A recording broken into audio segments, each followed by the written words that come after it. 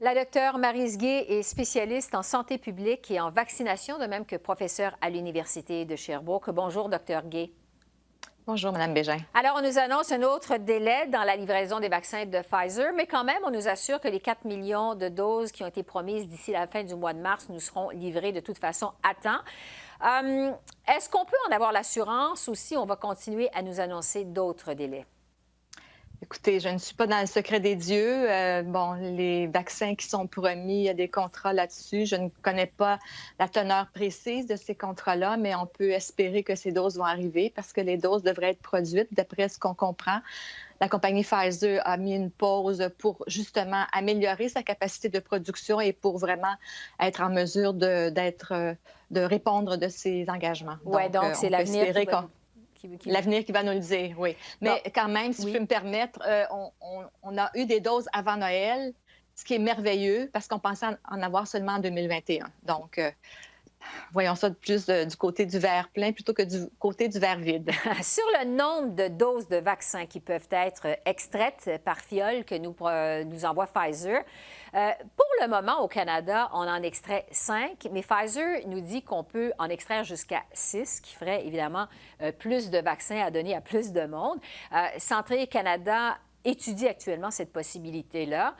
Si c'était le cas, d'abord, est-ce que ça viendrait compliquer la vaccination par les travailleurs de la santé sur le terrain? Est-ce que ça change quelque chose?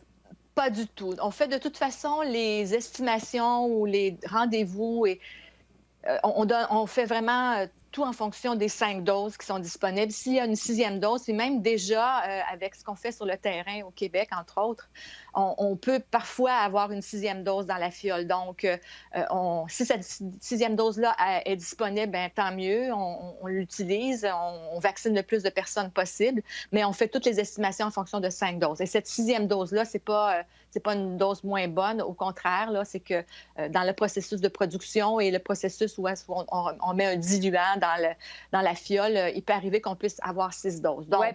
on planifie en fonction de 5 doses. Et la 6e dose, si elle est là, bien, tant mieux. Puis on trouve toujours sur place. Et il y a toujours des personnes qui sont disponibles, qui n'ont pas été vaccinées, qu'on peut vacciner à la dernière minute si jamais on a ces doses additionnelles qui sont disponibles. Oui, et parce qu'il y a des gens qui se posent la question, si on utilise cette 6e dose ou si on en venait qu'à utiliser cette 6e dose de façon générale, ça ne veut pas dire que la population est moins bien immunisée. Pas du tout. Et si je pouvais être moi-même bénéficiaire de cette 6e dose-là, je la prendrais. Sans hésitation. Alors, Sans hésitation. si Santé Canada donne le feu vert justement pour extraire 6 doses du vaccin par fiole reçue plutôt que 5, ça veut dire aussi qu'il faut quand même utiliser des seringues spéciales, semble-t-il, pour injecter les doses. Est-ce que ça cause un enjeu supplémentaire au niveau de la vaccination?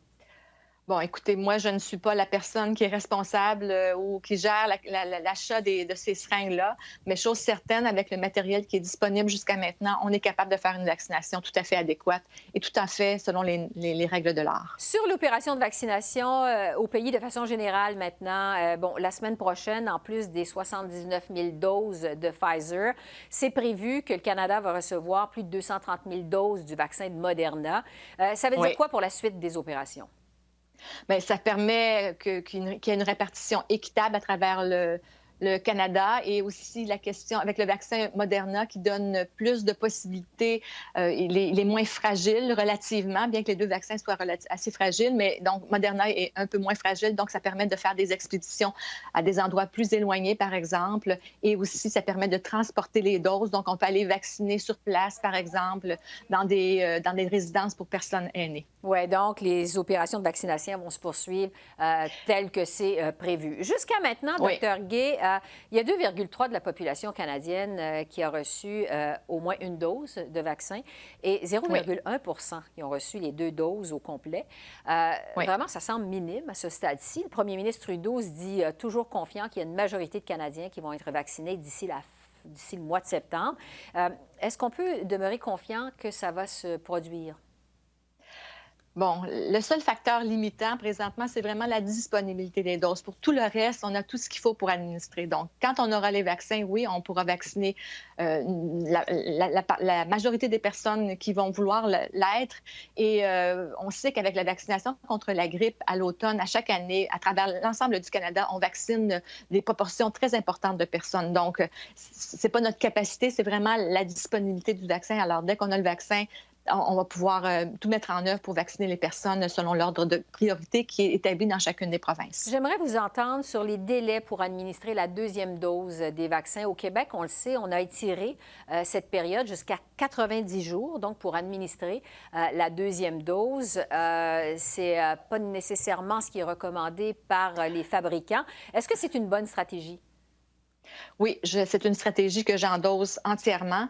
Il faut comprendre que le système immunitaire, c'est pas comme un interrupteur qui marche à ouvert ou fermé. Notre système immunitaire va graduellement. Donc, dès la première dose, après que le système immunitaire s'est mis en branle, à peu près 2 semaines, entre 11, 12, 14 jours, le système immunitaire a déjà monté sa réponse immunitaire de manière assez importante. Et d'après les estimations qu'on a faites en fonction des données qui sont disponibles de la compagnie, des deux compagnies, on pense qu'on a vraiment estimé qu'on peut avoir une protection de 90 %. Donc, cette première dose-là permet déjà de protéger énormément avec cette première dose. La deuxième dose, ce qu'elle va permettre, c'est justement de dire au système immunitaire, bon, n'oublie pas, on a du travail à faire.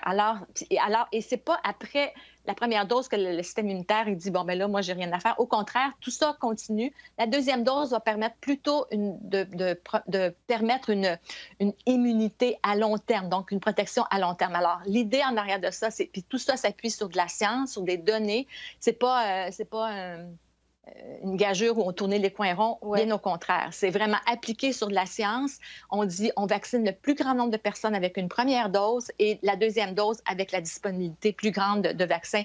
On administre la deuxième dose en fonction des données parce qu'on continue à suivre. L'idée non plus, c'est pas de faire ça de manière cavalière. C'est vraiment de suivre les données et de faire en sorte qu'on fait ça avec la meilleure science qui est disponible. Et donc, on va donner cette deuxième dose quand elle est disponible et ça ne vient pas réduire l'immunité, selon ce que vous nous dites, des personnes qui reçoivent le vaccin. Docteur Marisguy, c'est tout le temps qu'on a. Je répète que vous êtes spécialiste en santé publique et en vaccination. Merci beaucoup d'avoir répondu à nos questions. Je vous en prie. Au revoir. Au revoir.